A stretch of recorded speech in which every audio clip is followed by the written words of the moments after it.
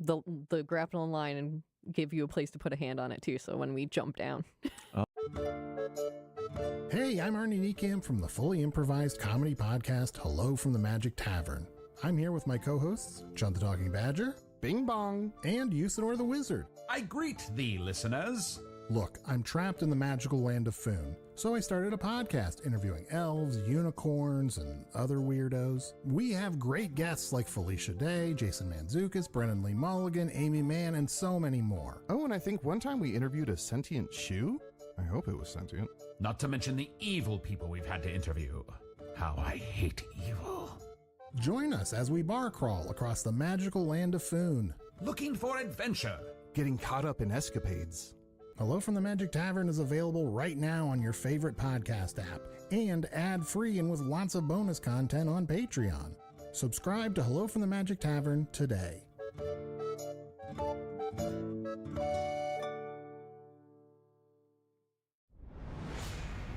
Combat has begun between the agents of the Inquisition and the Tau Empire. You are all participating in the Great Hunt. And you took your gear, you took your weapons, you received your cuffs, you went into the woods, and then you were ambushed by stealth suits. The full stealth suit, battle suit team that trained you attacked you inside the woods. Damien locked them down in a warp anomaly. Morgan made sure that Stevia survived while putting down stealth suits, and Solomon and his Crude Hound Whistler, the Crude Hound Runt, have become absolute killing machines. Yeah. 3 stealth suits are dead, but 2 stealth suits, including Chasfrey Apex, the most dangerous of the bunch, are trapped inside a warp anomaly being created by Damien. Let's see what happens now. We jump to Chasfrey Apex, who's learned that he can fire out of this anomaly as long as he just keeps shooting. And the Tau don't understand the warp. They do understand physics, and he's relying on physics. So he's going to continue to shoot at you, Damien. I did move to cover. You did move to cover. Full cover behind a tree.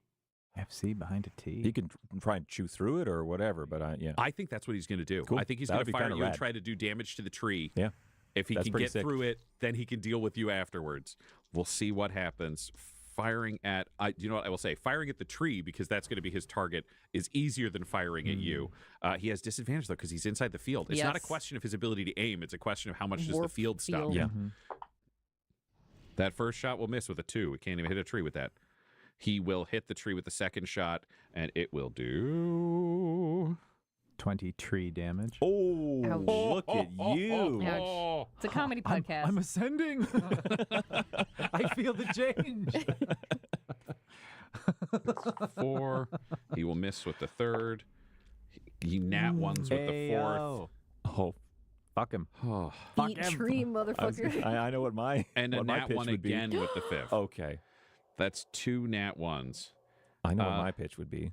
You don't even need to make a pitch. Yeah, you he got keeps firing at the tree in front of you. With 2 nat 1s, it's not even a question. He manages to saw through that tree, and it falls forwards into the warp anomaly, and he raises both of his battlesuit arms, confident that he can take the weight of this tree, not realizing that the warp has quadrupled the weight, which crushes him in half, leaving a dead stealth suit. Chasfrey Apex has been killed by a warp anomaly and its effect on gravity.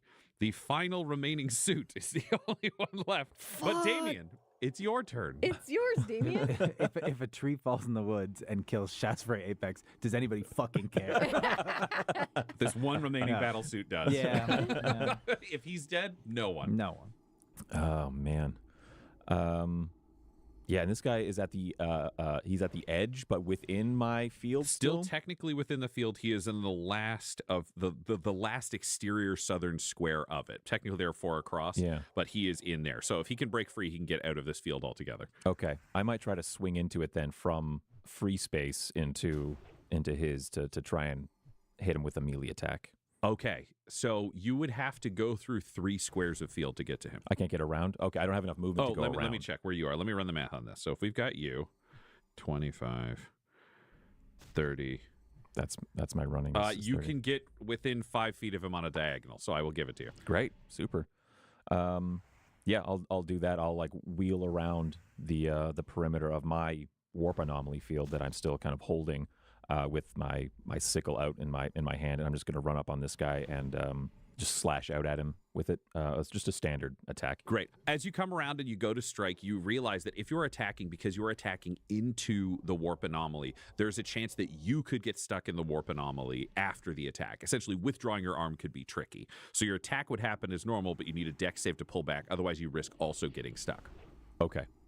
Then I think I'm going to try and make an intimidation gambit here. Super. I'm going to come around and be like as close as I can with my weapon, raise my light crossbow raised, and say, eject from your stealth suit now or die. Okay, roll me an intimidation. 16 plus 6 for 22. Ooh. I choose the Tauva. Damn. Wow. All right. I'm thinking 2024 rules That was your action. That was my action. So I will then, if it's okay as a free action, to continue speaking, not at him to make him change anything, but I'll just say, I've got one left here. I can hold him.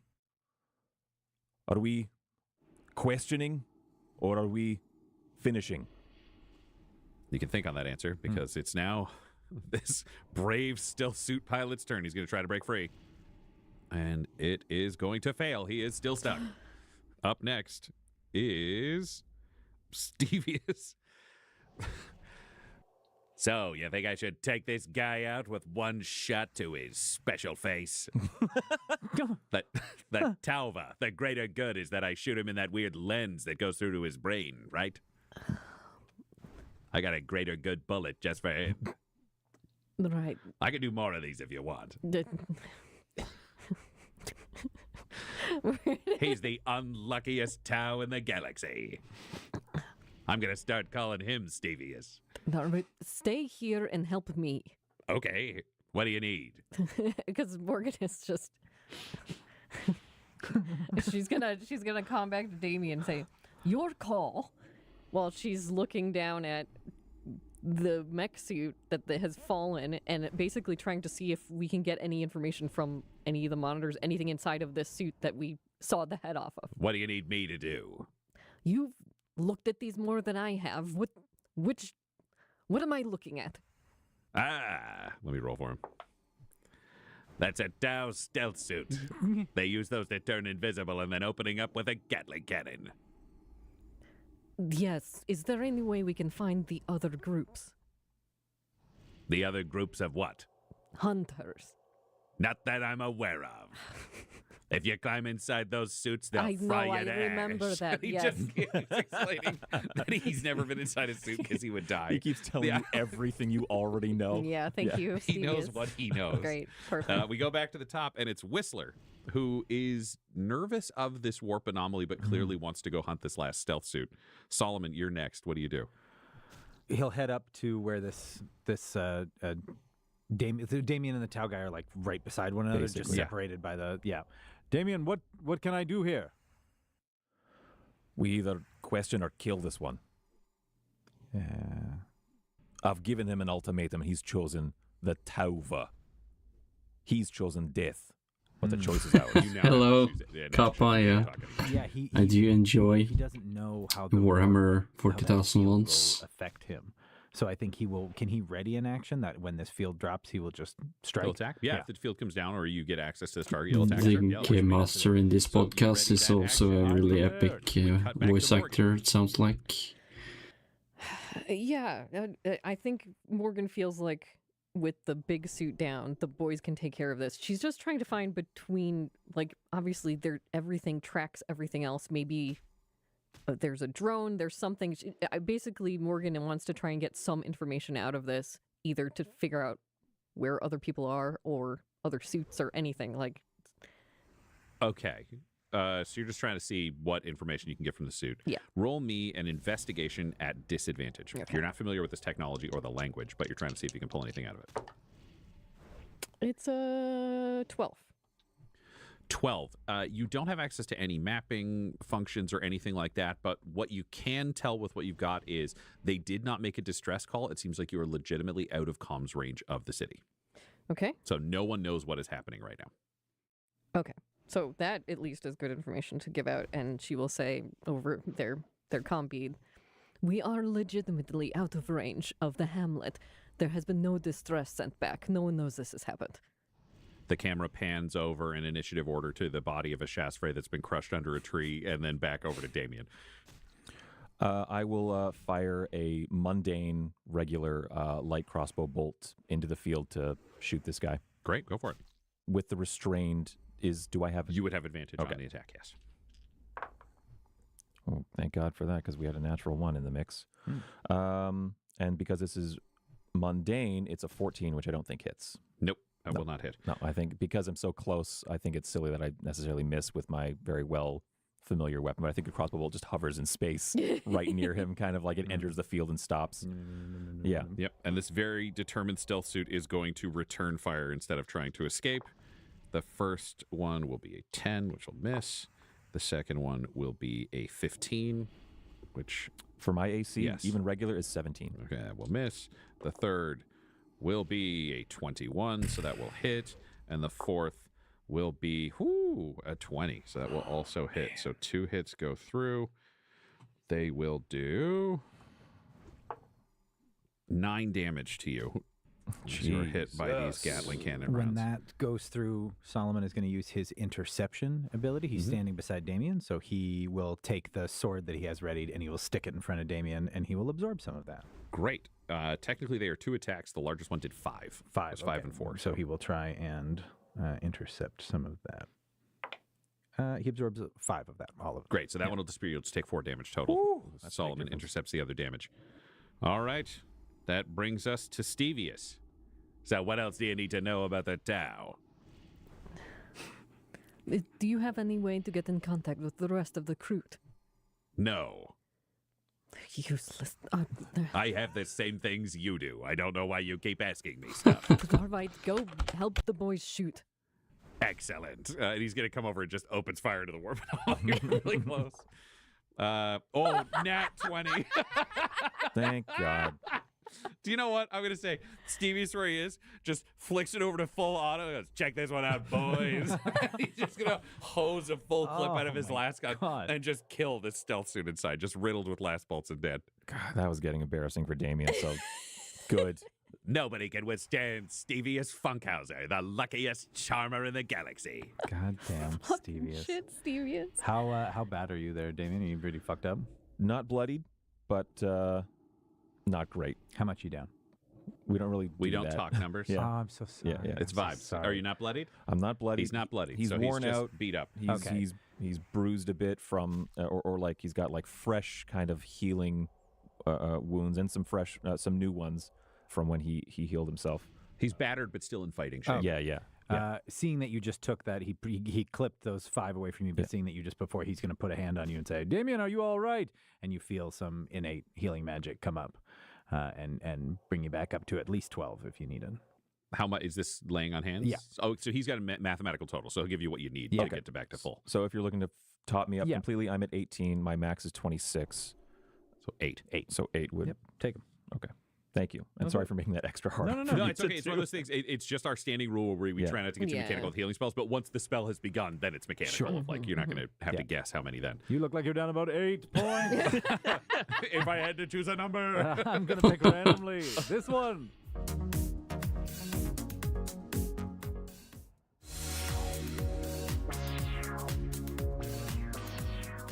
All right, you've been fully healed. The Tau or stealth suits have all been murdered. You can drop the field should you so choose to, Damien. I have dropped my concentration on that, yes. I will also say, based on what you can remember, and Stevius also confirms this, there were 4 stealth suits and the Shasfrey that went on this mission with you that left from the Firecast Skydome. nice So to you've know. gotten Okay. everybody that was on this trip who were Tau.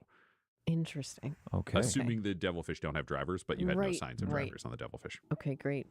And we know it's common knowledge that if we try to fuck with these suits too much, they have... If you climb into one, If you a climb battle in, suit okay. will turn you to ash. Yeah. So Morgan will go over and join the rest of them. Very good work, everyone. How is everyone uninjured? I'm fine now. Yes, I feel all right. I took a solid slug, but I'm doing okay. I'm in the same boat as Thevius. All right. Morgan, are you injured?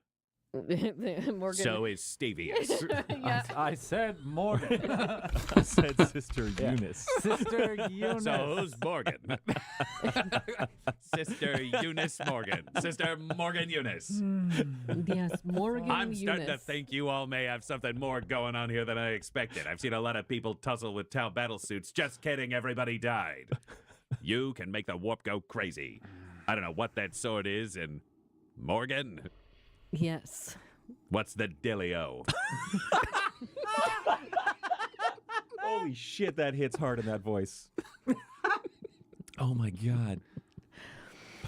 The Emperor sent us to do his work. That was not a lie. Okay, but what about the lie part? Maybe later, Stevius. Just know that we will protect you, as we said. Can you roll me a persuasion? Yeah. Hmm. 7. Sorry, lady, I'm gonna need to know what the hell's going on, otherwise you don't get a ride off this rock. I said who I was the first time I met you, Stevius Funkhauser, the galaxy's luckiest charmer. And who the hell are you?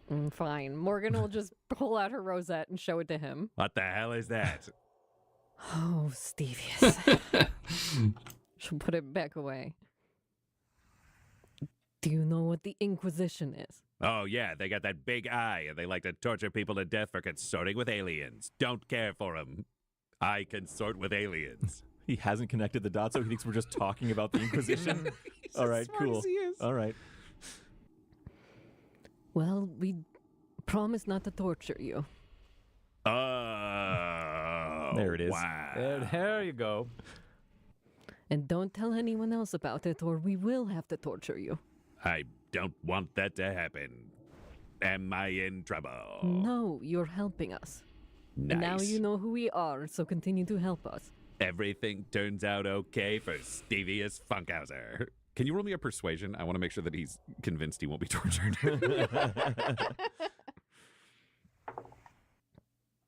It's a 14. He got a 5. I'm with the Inquisition now. Don't say it, Stevius. I'm saying it one time just here so we can all agree. Fine, yes, good. All right. For the record, I don't think the Groot would care. Good.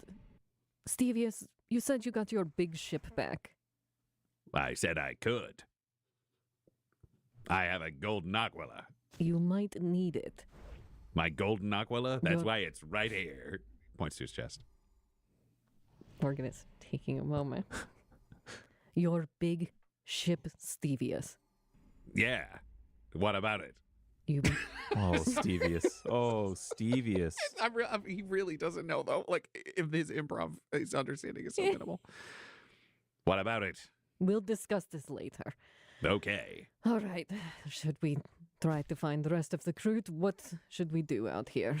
I am a little concerned when I was sensing the presence of the stealth suits that were attacking us. I also sensed a troubling desecration within this cave. I'm concerned. We should probably take a look.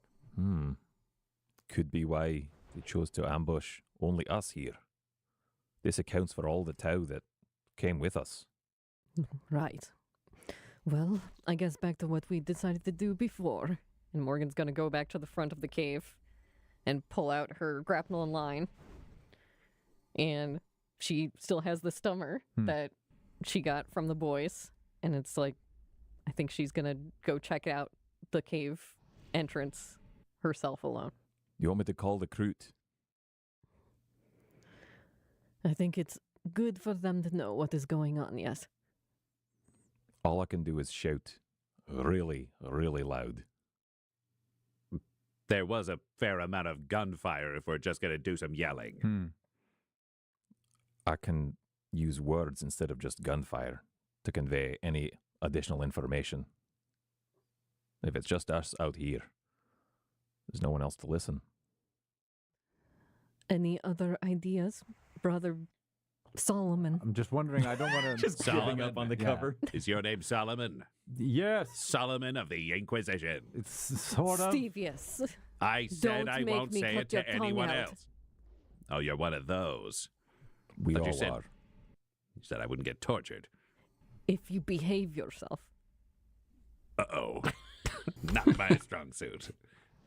It's very simple. All you have to do is remember to call him Brother Sanctus, me Brother Fortis, her Sister Eunice. We've never made a mistake. I was going to say I need a wisdom saving throw for him. He's like, technically, none of you have been able to do that.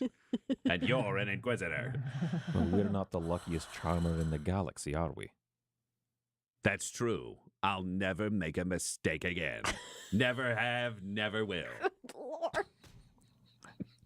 Why don't we cover up these stealth suit bodies, make them a little less conspicuous? Morgan, you set up an investigation into this cave, and then when we figure out a little more of what's going on here, then we could try and communicate with the Kroot.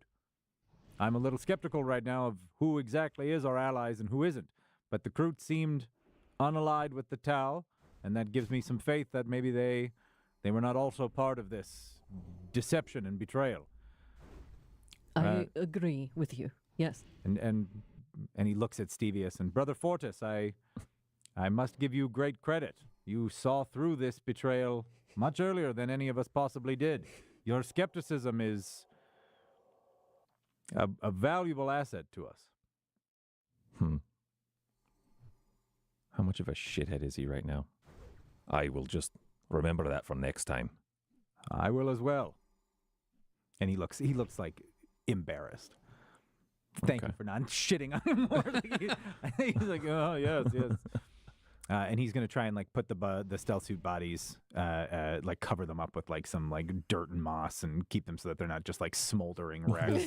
One of them is conveniently under a tree already. Yeah. So you're covering up the bodies, which I can understand. Morgan, you're going down into the caves. Yep. And Damien, are you shouting loudly? Doesn't sound like it, but before Morgan goes in, Damien will say, I can see in the dark. Do you want assistance? I can't promise perfect stealth, but I might be an asset. Your call, interrogator. I think you're right. And she's going to give you the stummer to help with your stealthing. Come with me, then. She's going to have the grappling line and give you a place to put a hand on it, too, so when we jump down. Oh, nice. Okay. Is there anything in what the Kroot added to the Ezekiel Bible about how they communicate with each other during a hunt? That's so fucking smart, Josh. No. I roll me. It's long odds, but roll me a nature. I like it a lot. That's such a good thought. Nature. Okay. Let's see what we can do here. Let's go, brother nature. Yeah, come on. 7. They talk about needing to be in constant communication and knowing where each other are, but they don't lay it out. It's so clear to, especially the children, on how Kroot would communicate that you don't get the specific information in the Bible. Bummer. But you're looking at bodies anyway, so we just gave you a little bonus. Yeah. Alrighty, you guys are going down into the dark together? Seems like it. Yep. Wonderful. Solomon, can you roll me in athletics to move things around and cover these bodies? Yeah. Ooh, 24. 24. You do an excellent job.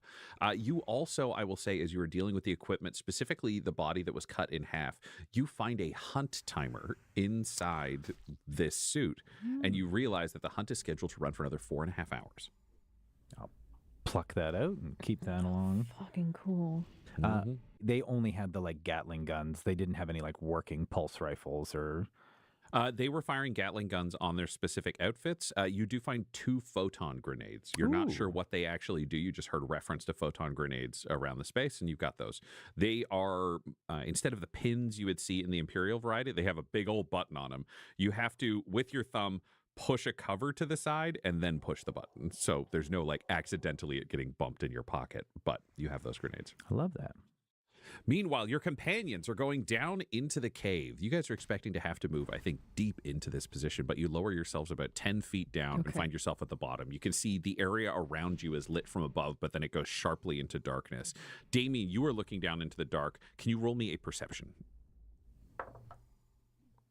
15. With your dark vision, this is pretty apparent to you. This cave does not actually run very deep. It seems like it is the start of a burrow, and then it has been extended. Your guess is by mechanical means. You're seeing kind of squared edges. It runs about 30 feet further underground in complete darkness. The only thing you can see in here are bodies, and there are a lot of them. There seems to be no threat for Morgan. Yeah. Tapping that out to you, I see bodies. Cave runs about 30 feet deep. Appears to have been mechanically excavated. Mm-hmm. No enemy presence detected. Right. And as soon as it's the no enemy presence, Morgan pulls a stab light from where it's in her outfit on her gear and turns that on so she can fully see. And now there's light down here. Very nice. You are seeing a lot of bodies. Can you both roll me a perception just as you look through to kind of find details amongst these corpses? 19 perception. 16 perception. All right, you're both finding a lot. These are, in the majority, human bodies. It appears that these are several Guavesa bodies spread throughout. You're also seeing 1 or 2 Tau bodies, which is interesting. And you find 3 Ivan. Fruit amongst these corpses. The gear has not been taken. They are all still wearing their armor. Their weapons have been tossed alongside them. As you take a look at the ground, you can actually see drag marks from the hole, right where it would be as though bodies were tossed in and then dragged into these positions. But the thing that stands out to you most is the decomposition here does not make sense. You're not as sure how Tau bodies would break down or Kroot bodies would break down, but all of these bodies are very gaunt. They seem almost dehydrated to the point of having kind of had liquid sucked out of them, and then they're just desiccating here inside this forest. Oh, wow. Based on, what you can find in terms of documentation, paperwork, you can kind of go through and scan. These Guavesa have electus. It seems like these bodies have been here kind of since the beginning of the Fontis experiment, as it might be called. There are several generations hidden amongst this space.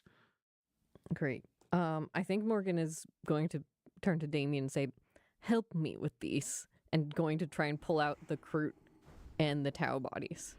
I'm like, don't care as much about these humans, but Morgan wants to be sure she gives these bodies back to the Kroot so she can prove what's been going on.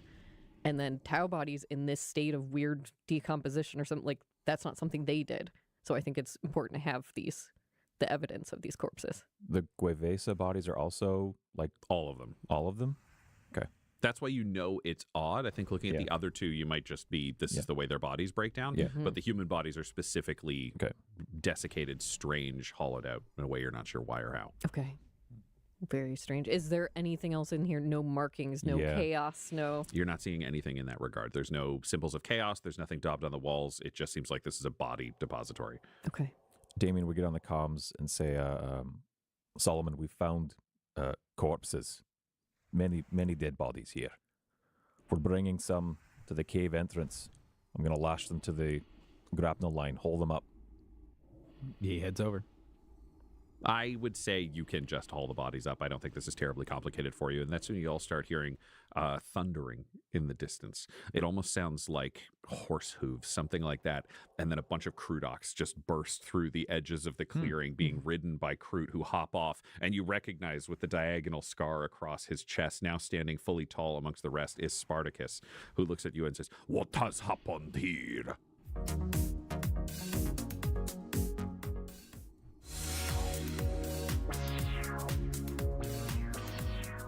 Solomon's going to give him the full rundown, like top to bottom. There was an ambush. We found... The warg has come for you, No. and you remain victorious. Look how powerful you are. What are these bodies? Spartacus, Why? stop. There's been an incident. There was a Tau ambush. Stealth suits materialized all around us. They confused you for the warg. No. They joined you in the hunt. No. They were hunting us. Apex. Chasfre Apex. Materialized out of a stealth suit and opened fire on me and all my compatriots. In this cave mouth, we found myriad corpses, including members of the Kroot. We are retrieving them now. This does not make sense. We know. We are trying to figure out what has happened here. And he starts, like, he's bringing up, like, these desiccated Kroot bodies, and will, like, put one down. This is not right. There's a bunch of hissing amongst the Kroot. You see them amongst themselves, kind of quills up. There's a lot of fury amongst them.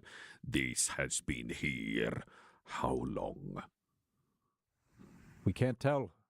The bodies are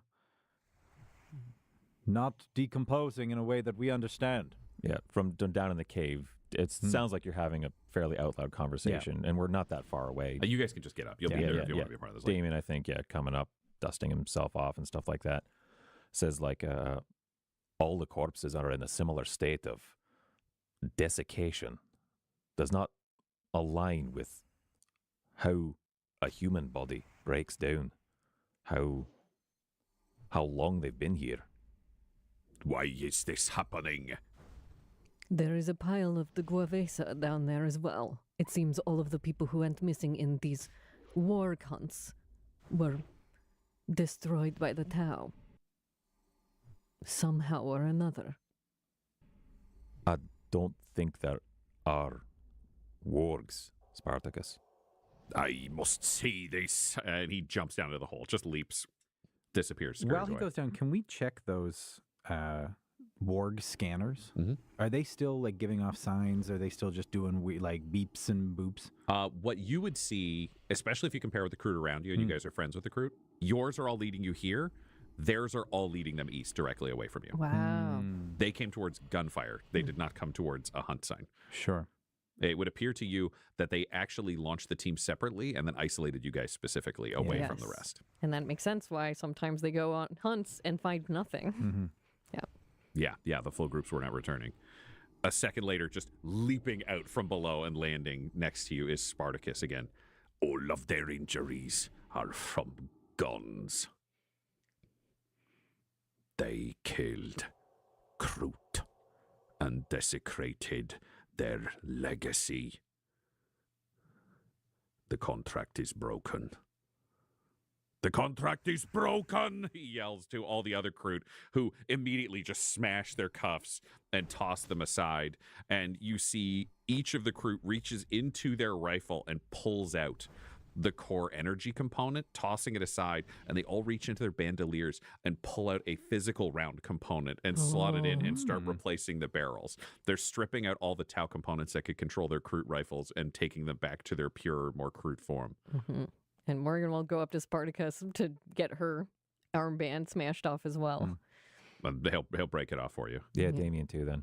Oh, yeah, everyone's got a cuff left. You're all considered Kroot, so don't worry. You get taken care of. This is a problem. How did you know?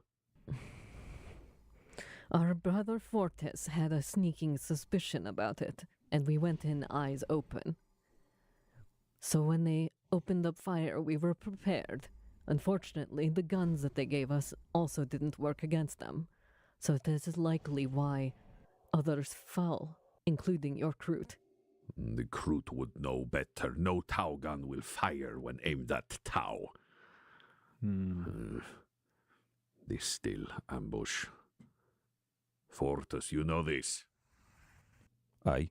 Hound, I told you. This is a dark day, but you have made it brighter. Now we must determine what to do. You are more than Guavesa. We have known this from the beginning. I do not know what we must do next, but the contract is broken. My clan does not need to stay here, but we have no way out. Morgan looks right at Stevius. Stevius, what did you say about big ship that you had? I used to have a big ship and then I lost it. And now? And now? You can get it back because you're not in debt? That's kind of true. That all of the Kroot could perhaps fit in this That's ship? a lot of Kroot, I hate to say it. Maybe. Well, if we all work together, perhaps we could all get off of this place, but... Could you share your secret, getting on and off of this planet undetected? I could do that if I needed to. That would get us out of here. So, yeah, I guess we could talk with the other Guavesa gangs, get back to the starport, and just take off. Probably smuggle some of the Kroot between all the different Guavesa ships. All right. It's a start. Perfect. So our goal is to get everybody out of here. Not Us, them, yet. and the Kroot. Let's get to the starport. Not yet. What do you mean, not yet? We need the Tau to leave this planet. Why do we need that? Morgan's eyes narrow. Because there are more than one reason that we came here.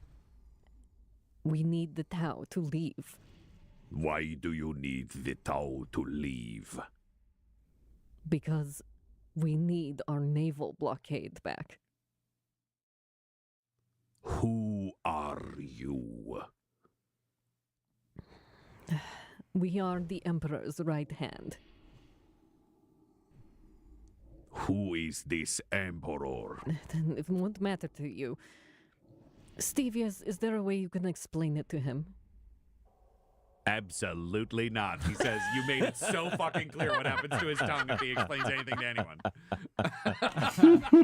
Never made a mistake and you aren't fooling me today. Morgan can't help but smile at that. That's very funny. Yes. Spartacus, we are a strike insurgent group from the Imperium. And we're here to free this world from the grip of the Tau. It's a good thing that we could, so now we can also free your people from them. Interesting. You want to get them to leave? Yes. It seems that some of them are unhappy staying here.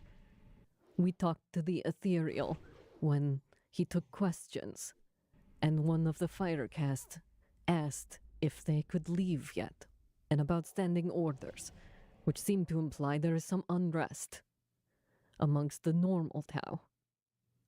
Interesting. So you need to speak to these normal Tau. Find out what happened. Who was there? Who was unhappy?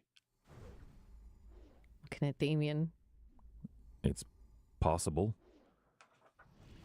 When faced with death or interrogation, even this foot soldier of theirs, he said he follows the Tauva. Could be that even though they're questioning it, they may not outright defy it. Yes, it was Shaso Zestro who spoke out about it. Their lead fire warrior, as I understand. Was there anyone else? Shaso Zestro will be very hard to get access to. Yes, there was also Cora Ophelia, but I hear that they have gone back to space. Gone back to space, yes.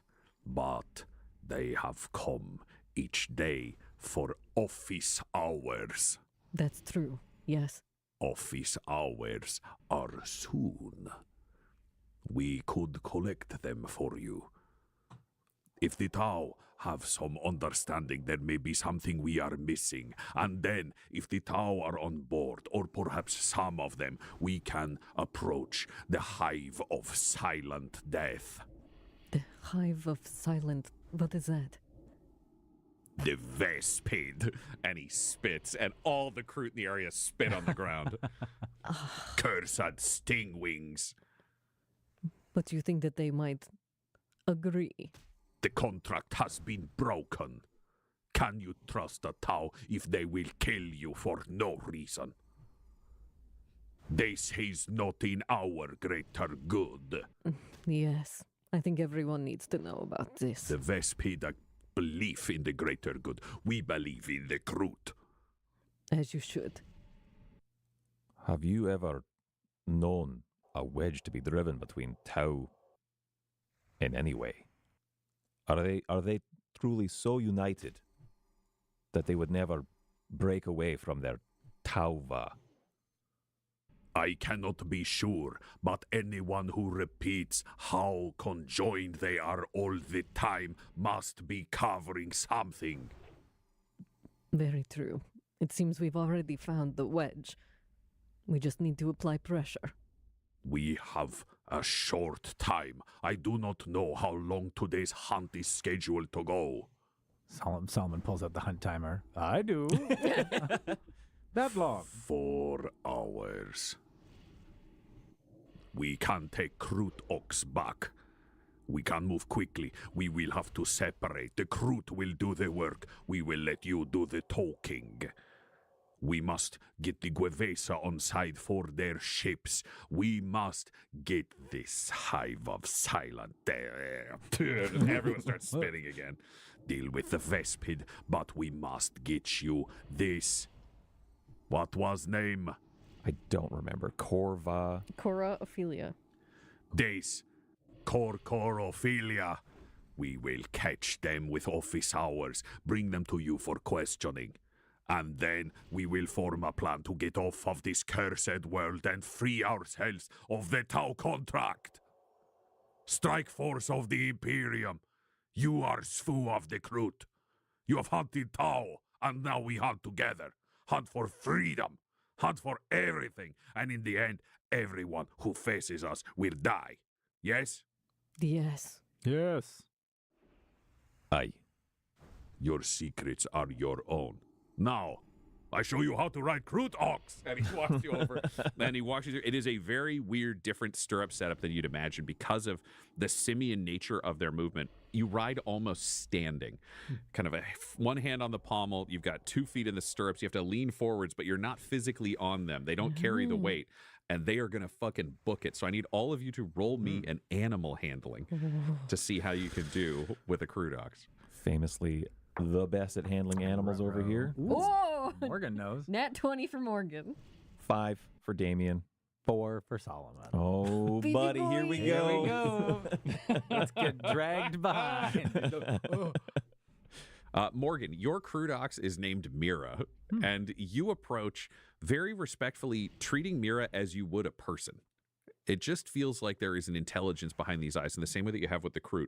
Approaching, talking, Mira gives you a stately nod. Then beside you, Spartacus, who followed you, goes, yes, they are very wise, the Krut Ox. They cannot speak, but they listen, and they care, and they think. Perhaps even more than we do. Treating them as an animal would be a heinous mistake. And then you look over to see both Damien and Solomon be just approaching like hands up like they would maybe a dog. Damien's worried about getting bit. Yeah. Solomon, what do you say knowing what's worked with Whistler? Ooh, The a same sword. kind of stuff. Like, come here, look. Oh, it's this is gonna like, and he's trying to do the same kind of like pet, like it's all good, it's all good. Yeah, you're okay. A Krut Ox reaches out and just shoves you over, Oh. so you fall down. Damien, your Krut Ox just raises a fist to threaten Yeah, you. Damien raises a fist as well. Like, what is this? What ritual? Roll me a dex saving throw.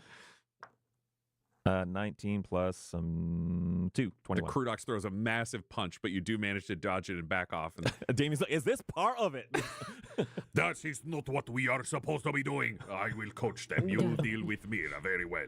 Thank you. Boys, be polite. He comes over. These are people, members of the clan, not random beasts. Ox, not hound. Now, approach, apologize. I want to hear you, and don't make it sarcastic, or you will get a big old fist in your face. Wait, I will tell you name. This is Killeen. That's Killeen. That's Killeen. Apologize to Killeen. Killeen, apologize For what? for not treating you like a person. And how will you change your behavior in future? I'll be more respectful. Killeen. Roll me a persuasion with disadvantage. Sarcastic. An 18 and a 19. So that's 18 plus 4 for 22.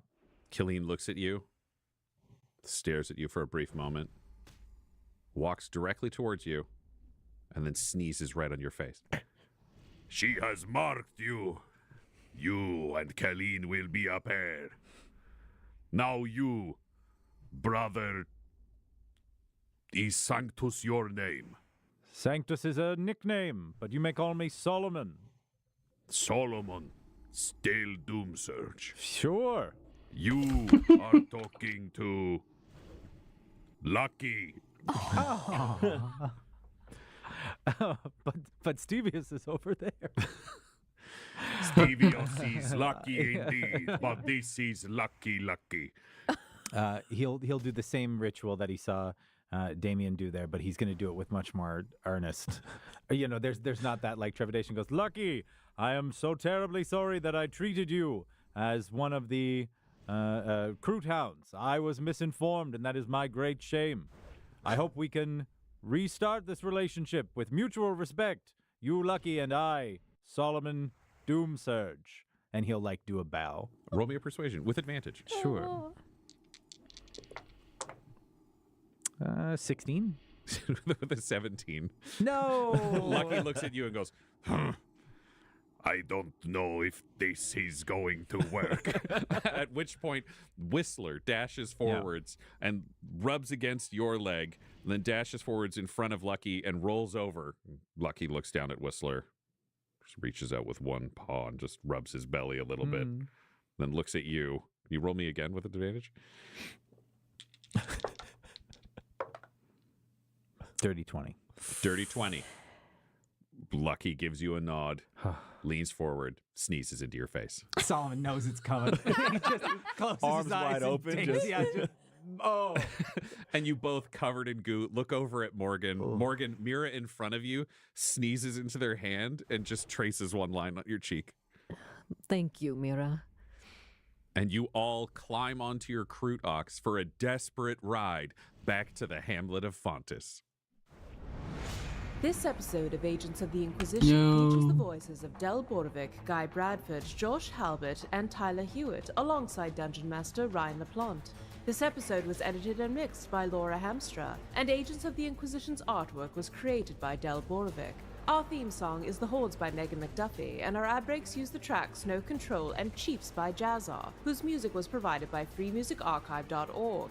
For all things Dum Dums and Dice, including merchandise, you can visit dumdumdice.com or find us on social media at dumdumdice. If you want to support the show or get an ad-free version, go to dumdumdice.com/join. That's dumbdice.com/join. Again, that's dumdumdice.com/join. Though the team is working under special condition, this podcast isn't. So tell your friends about Agents of the Inquisition and join us next episode. Rabute Gilliman himself commands it.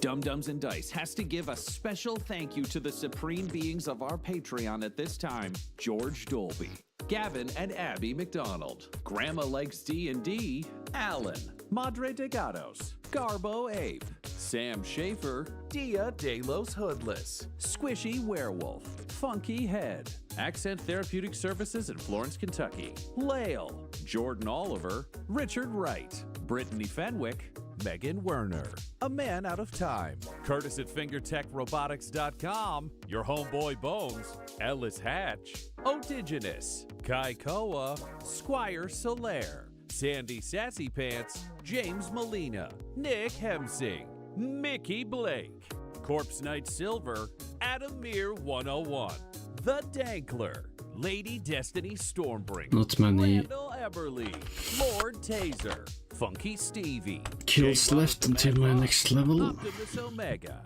The Workaholic Mr. V, LMX, Emilio and Minions, Flea Unit, Binks, Magical, King Kato, Lurking Sam, Lost, Tay the Dirt Sailor, and Jill and Noel LaPlante. If you want your name to be added to this list, you can join our Patreon too at patreon.com/dumdumdice. Thanks to them, and a little bit of thanks to you.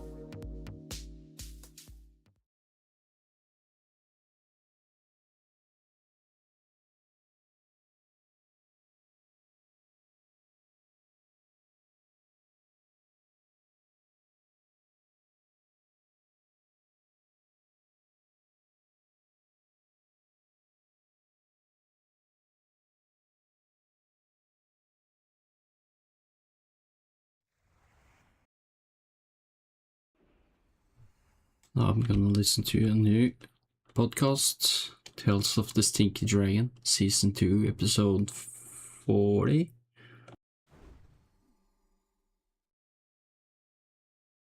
Oh, 31.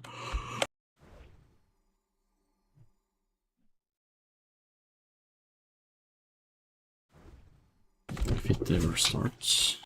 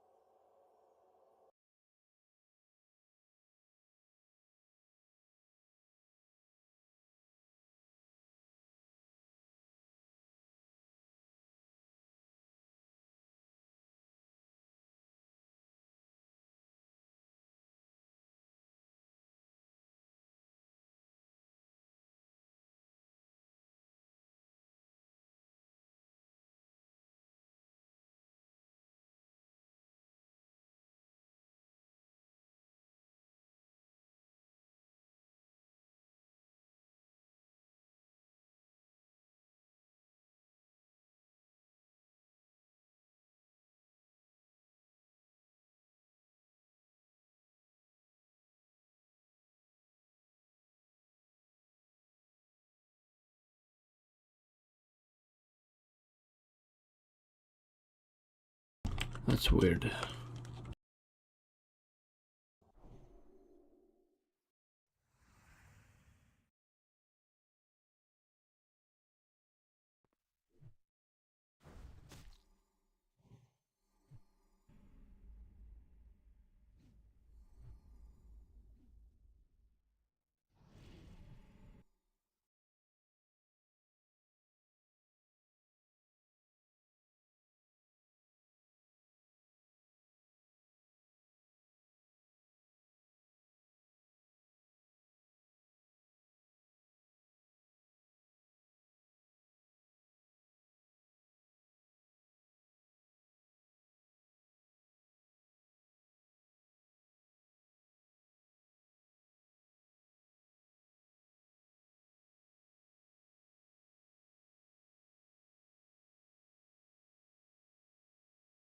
Why is it not working?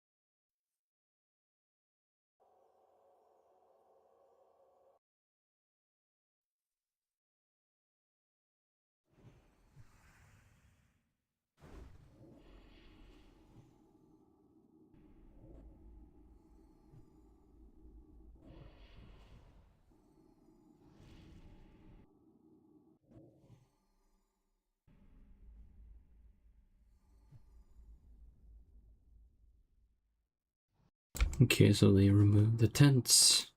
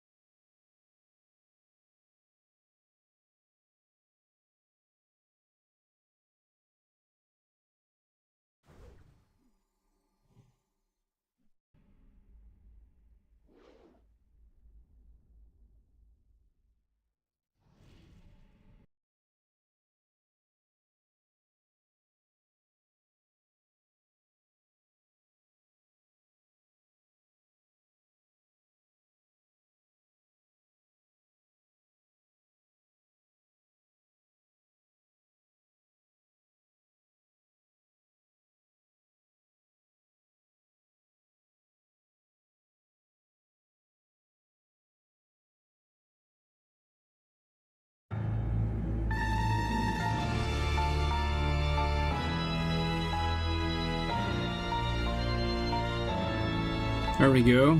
Is it a bit too loud? Jubilations, all you jammer leeches. Slither on into the stinky dragon, lap up our latest libation. Scatter drained. It's a mixture of magical eye milk, spiked tentacle syrup, espresso overload, topped with a drizzle of topped with a drizzle of psychical sauce. Ooh, that's not a word. So it tripped me up a little. One slurp of this strong stuff and you'll start to see that life doesn't suck so much. Previously, our adventurers hastily escaped a horde of haglings and then learned that Lewis the Frost Giant is also their ally, the Alchemist. Next, they made their way to the ghost town of Cru-en-Dormy and found Katrina holding the Headless Horseman's head. And on top of that, the party was plane shifted by a pussycat to another realm of existence. Draw yourself a drink. Let's dive into this dank drama. I love whenever you say dank. Yeah. It just makes me so happy. Gus's vibrato's gotten really good. He really has control over the vocal cords. And now we can watch him do it too. Yeah. Oh, hello there. Hello, everyone. My name is Gustavus Rolla. I'm the dungeon master of our putrid party. I'm going to hit our 4 players with an arrow. Take the shot. Take it. This week's role-playing warm-up question is, what's a character trait or flaw that you, the player, share with your character? Now, I know you all are flawless, but... If I had a flaw. If you had a flaw. Yeah. Hi, I'm Chris Damaris, and I play Barney Farney. And I would say sometimes I build things up and get a little scary to make a plunge. What? So Wait, you like? no, I think we figured out the other thing is that you and Barney don't exactly. We don't like swimming. Yeah. Oh, is that what it is? No. What is it? What were you saying? No. I don't know. What do you think I was saying? I think it was just you were showing how you, Chris, have a hard time explaining things sometimes. No, that's not. Let me translate. Yeah, translate. Blaine's got it. Chris builds things up in a way like he makes them more intimidating than they need to be, and it makes it hard for him to like. He gets paralyzed. Commit. Yeah. There's a decision. Is that what the plunge meant in this case? Yeah. Oh. Roughly. Yeah. Okay. I speak a little Chris too. We sit next to we have desks next to each other. Yeah, we minored. I think Chris relies too heavily on both of you guys understanding him. I like it because it's like a secret language. And then he lets you translate, and he goes, "Yeah. That's totally what I meant." I want to know more about you, Chris. So I just want to understand. Yeah. Chris was if you take Duolingo and is there a Chris course? Oh, I'm on my 4,000-day streak. That would get me into Duolingo. If there was something that in my phone that would help me understand you, man. It's between High Valerian and Klingon, which are on Duolingo. Really? Not a joke. Ooh, Wow. Now I want to learn that. Screw Japanese. Okay, thank you for sharing, Chris. Appreciate that. Hello, it is me, Elga Von Brath, your favorite character here back on the podcast yet another week. On the ones and twos. On the ones and twos. Chris lowering his volume the second I started doing my voice. Elga is a half-elf vampire barbarian. And, me and Elga don't share a lot of traits, I gotta say. But I would have to say that if there's one that me and Barbara share. That's another turtle situation we got going on. Broccoli, Barbara. I would say that both of us share our danger senses, because we're both women. And women typically, they trust your gut, the female intuition, We just know when danger is approaching and we just get that tickle in our stomach. That's not a character flaw. That's great. I like that you guys, I would agree. Barbara has a great danger sense. Well, I believe the question was character trait or flaw. Yeah, that is true. I'm not saying it's I'm saying Barbara's a glass half full person, Blaine's a glass half empty person. Yeah, I guess so. Barb also loves axes. Big axe collection. Yeah. I'm gonna make my next password Turtle Broccoli Barbara. Yeah, Broccoli Barbara. I was drinking when you said that. I took a giant drink of my tea when Gus said that. I wasn't looking at you, and it felt like my headphones were like haunted by. What the hell happened now?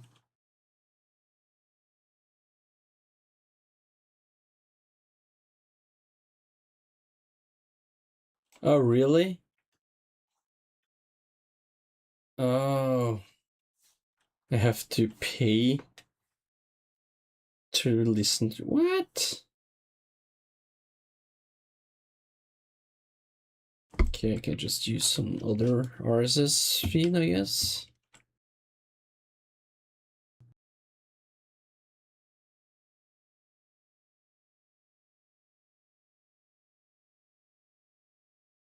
Like 55 NOK per month. It's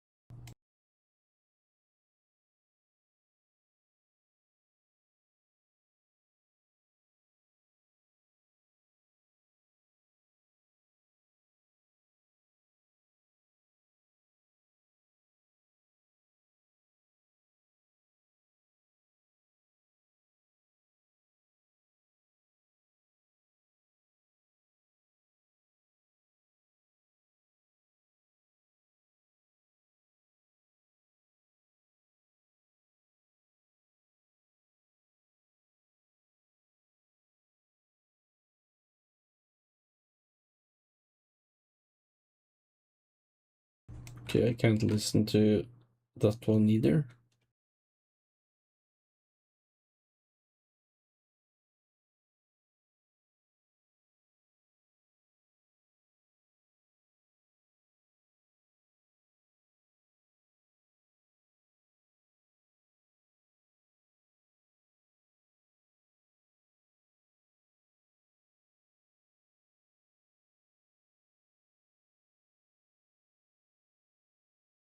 Well, that is just annoying. Okay, let me find another podcast app or something. Oh, sorry, it's saying I haven't seen your question. Yes, I have tried to go to Northwind, but there are no quest givers there yet.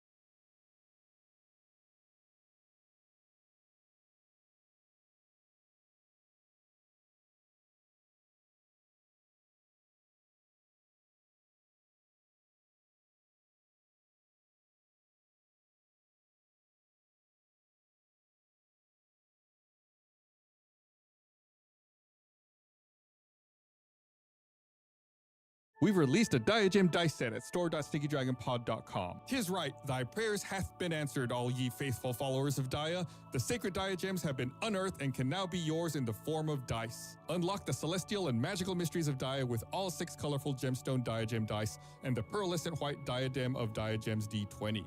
Fair warning to all followers of Dia, these premium glass and stone dice have been known to make you roll like gods. Hey y'all, wanted to tell you about another great podcast we thought y'all would love, Jesters of Ravenloft. It's a podcast where a collection of comedians start a D&D campaign only to find out that they are the characters and they've been sucked into the nightmare realm of Ravenloft. It's DM'd by an award-winning game designer and voiceover actor with a cast made up of professional comedians. Jesters of Ravenloft is a show that'll make you laugh no matter what horrors are happening to its characters. Even better, the cast had no idea they'll be playing themselves. The series begins with a warm-up scene that was actually the start of the show, so the players begin their adventures wearing Chippendale vests, underwear, and matching fedoras. It's produced by the same team behind the hit podcast Dum Dums and Dragons. You know the show has got to be amazing. It's got original content set within Ravenloft. It's a perfect show for DMs to learn how Ravenloft works while also being totally spoiler-free for any players if they journey to Ravenloft in their own home games. New episodes are recorded live on Twitch every Wednesday night and release this podcast every Friday and Saturday. You get 2 episodes every week, so that's twice the fun. I did the math. I listened to an episode, and I think the Ravenloft world is really cool. I feel like it's, well, in my opinion, it's kind of underutilized. So I'm really happy to listen to them exploring that world and kind of showing it to people. Highly recommend you check it out. You can listen to Jesters of Ravenloft anywhere you listen to podcasts. When you listen to Nobody Listens to Paula Poundstone, the comedy podcast, you learn stuff. I've been learning to throw a boomerang, because this is the kind of thing that really gets the listeners engaged, you know. Interviews with people who will make you smarter. Does the amount that you learn protect you from cognitive decline? Paula, don't Can't people just listen to the show? Can't they just enjoy a delightful treehouse full of information? And I think I'm bleeding. Join us and be a nobody. This is a Rooster Teeth production. Just a fair warning, this episode contains spoilers for the Infinites campaign, so if you're joining us before finishing that, this is your heads up. If you like, you can go to stinkydragonpod.com and listen to the Infinites campaign before getting to this one. Hey Stinkers, we have a bonus first exclusive show called Second Wind where we dive deep into the previous episode, give you a peek behind the DM screen, give you more behind the scenes look at what's going on in the Stinky Dragon world. Well, our next Second Wind will be available to everyone. That's right, we want to give everyone a chance to see what they're missing out on by not being a first member. If you want to catch up on all the previous Second Winds, you can sign up to be a first member at stinkydragonpod.com/first and catch up on everything you missed.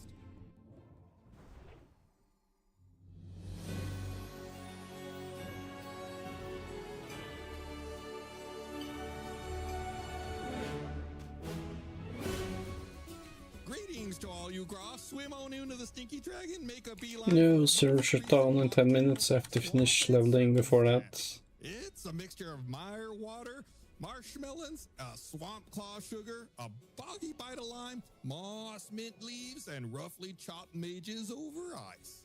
One swig of this swampy swill, you won't be able to restrain yourself or your prey. Now draw yourself a drink. Let's dive back into some dank drama.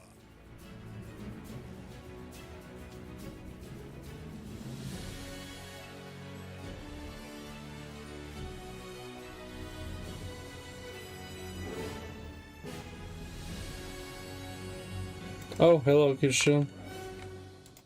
Did you Oh, he's back. did you get to try Space Marine 2? Eating ice cream right now at 10 a.m. Why would he be eating ice cream at 10 a.m.? Because it's Chris. It's an acai bowl, but Okay. I wouldn't put it Chocolate past me. acai bowl. Breakfast ice cream. That's breakfast. I will actually defend Chris here because there's a lot of breakfast food that is like just dessert. That's all Like it is. pancakes. It's pancakes, waffles, French muffins, toast. donuts, cereal, French toast, all of it. Very fair. God, y'all are making me hungry. I know. We are here for a special one-off, one-shot campaign here using our Season 1 characters, the Infinites. So just a heads up for anyone who's listening, if you have not listened to the first campaign with the Infinites, there may be some spoilers for that campaign. In this, you wouldn't necessarily spoil the entire campaign or anything, but if that's something you want to listen to, hey, maybe check out campaign 1 with the Infinites. You wouldn't steal a campaign, would you? You wouldn't download a what? Never mind. Sorry. You wouldn't actually download our campaign. Please download our on Spotify. Please download our Apple Podcast. Go to review the it. Apple Store and download every product in there. Do whatever you Download can. it on multiple platforms if you would. Just run it all the time. Go to your parents' house. Just put it on their door. They're not gonna be able to stop it. Just start it on one of the speakers in their house. Pets love our podcast. Why is my phone all full of death stuff? My phone is. Just go to your local library and turn them all on. Ooh, that's a good idea. Why don't we have everyone introduce themselves as well as... Oh yeah, let me know and I will gladly join you in co-op, because that game is so damn epic. I play Bart, the halfling bard, a stout halfling, by the way. I don't know Stop ranking. Ooh. I like IPA halflings. He's not a halfling. He's not a halfling. Oh, he's a quarterling. Hopefully you can play at least, even though if your wrist hurts. Right off the bat. Yeah. Someone throws down their headphones like, quarterling, come on. And I'm also level 16 as well. Ooh. Nice. Hi, I'm Blaine Gibson. I play Kyborg, the mighty. I tried to do this shift into the voice, but it's just my voice. It's just your voice. No, do Kai. I'm Kyborg. I'm Kyborg, the mighty. That's the I did bring a Yeah, I mean, if you can play Arc Ascended on medium, that's pretty cool. I can start my server again if you want. I forgot that detail. That's a fun part of Kyborg. It's in the name. It's Kyborg. Kyborg, I've like disassociated the name Kyborg from the word cyborg because he's like a person now. That's just his name, yeah. Also, you said stout. Whenever you said that, I just imagined you were just saying that Bart was a little tubby. Is that stout different like I think it's like halflings. a type of halfling, a stout halfling, yeah. Oh my god, but 86 if you guys episodes. remember, Have you seen the new anime girls they're adding to War Thunder? God damn. You need to pay like $70 per I think he looks tiny, but he's character. You probably get the tank as well, but still. It's like 150. Fucking stupid. We discovered that like halfway through the campaign. It made for some fun mental images. But yeah, the halfling variants are Hairfeet, Tall Fellow, Stout, and Lightfoot. And our friend Bart is of the Stout variety. I fill out like 2 of those, maybe 3 of those things, like in the real world. You should start introducing yourself as such. I'm Chris Damaris, and I play Gum Gum, the half-orc barbarian, 15 levels of barbarian. Think I'm gonna download the new Jurassic Park game, so I can try that to make a world. Last but not least. I'm John Reisinger, and I play Mud Bramblecrack, who is a Fearbog druid who is actually level 18. What are you guys all at 16? Wait, really? I'm just messing with you. Oh, God. What did we do wrong? Did you do an extra episode? Hey! Mud's been off farming XP this whole time while you guys have been like working on Stinky Dragon Adventures. John hired Gus as a private tutor to do Dungeons and Dragons in the off hours. Just, I like doing side quests. Yeah, you went back to the starting area and just spammed AoE over and over everywhere to get like easy XP. No! No, little Jimmy's alive. I swear to God. Alive and well. So what are we doing, Gus? We're going to go ahead and kick everything off with an arrow. No, What? not a role-playing warm-up, a real arrow. Everyone needs to make a dexterity saving throw. Wow, we're back in it! Oh my God. Can we say why we're coming back to the Infinites too? Yeah, I don't even know why we're Yeah, why are we here? I was surprised when you guys were like, hey, review your campaign 1 characters for something we're going to be doing next recording. And I'm like, huh? You ever wonder why we're here? Well, we're making a brand new series called Stinky Dragon Adventures, which is a full-length adaptation of the Infinite campaign with puppets. We're talking full episodes. They're around 10 to 11 minutes each. It comes out this November, 2023. We're retelling familiar stories and telling some brand new ones. It's going to be the characters you know and love and some new ones as well. We got it all. We wanted to get the gang back together as a way to get people excited about Stinky Dragon Adventures because we are pumped. I mean, we've been working so hard on it and we are incredibly proud of it and we think you're going to love it. So get your eyeballs ready. And Mamma Mia, it looks good. We got like real lenses that look like this is a movie. Like it is, and we're essentially shooting a movie because it's shooting a movie. At the end of the day, it's going to be like around 90 minutes. Like that's a movie. So yeah, more pressing. What are those dexterity saving throws? I'm excited. I rolled a 19 on my dexterity saving throw. I got an 18 for Bart. I got a 20. I got a 17. Ooh, Cyborg number one. We'll deal with those here in just a moment. It's been 82 years since Gum Gum's wish. Much of the world has changed, and you four along with it. The last we heard of the Infinites was over 50 years ago. Bart reunited with his dads, and they all set sail aboard the Jebediah, voyaging around the furthest reaches of Phasa. He also started a band with his family, calling themselves the Sideshow Bobs, which filled entire arenas and stadiums worldwide. Kyborg teamed up with Smarsh and picked up where Dr. Ahem left off, helping folks with disabilities and training the next generation of heroes at the Ahem Academy. On top of all of that, he rekindled his relationship with Lynn Murr, the Moonstone Dragon. Mud, retired from adventuring, settled down in the city of Erbloom. He opened Gumbo's Grounds, a 5-star rated Badger Cafe and bookstore that specialized in selling picto-panel tomes featuring illustrated stories of epic tales. And dark coffee. Gum Gum returned to the Embryoke Woods and helped HSD raise orphans at the Orchardnage and teach them magic. He still got angry now and then, but he directed that energy into growing things like flowers in his garden of hugs. Where do you think you all would find yourselves at the present moment? Just like a sentence or two. I was going to say something really bad. Dead? What were you going to say? We can cut it out. No. It's been 86 years? Halflings live, all of our races live long. Live long, okay. I had not considered not us growing old. But the other half of you probably negates that. Oh yeah, that's true. You're part like God. half God. So yeah, I think you're good for at least like 50 years. I can give you a reference if you want. That's actually here in front of you. Again, listen to campaign 1 with the Infinite campaign if you haven't. Bart, you're, like we said, you're quarterling. You're half halfling, half dragonborn. Your current age is about 114 years. Ah, maybe my voice will finally drop. I hope it doesn't. Kyborg, you're roughly 129 years old. Ooh, an older man. What's the life expectancy of a wood elf? Your life expectancy would be like 700 years. Oh, I'm still in my prime, baby. You're like a preteen. Heck yeah. Gum Gum, you're half orc and half celestial Asimar, and you're currently about 100 years old. Mud, you're sitting at about 113. So all that being said, you're much older than you were in campaign 1, but y'all are still kicking. So, just like a sentence or two, where do you think you would be at this moment in time? What's the time of day? You can pick for each of you. You're not necessarily together. So whatever time of day works best for you. All right, I'll go. Me and Lynn Murr, we're wearing matching sweatsuits and we're power walking down the road on the outskirts of Boulder Ray. We're getting our morning steps in. And I'm like, come on, honey, we're about to beat the record. Here we go.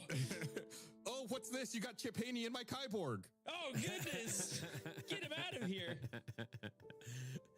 I mean, I think Mud would be spending any of his time not minding the shop.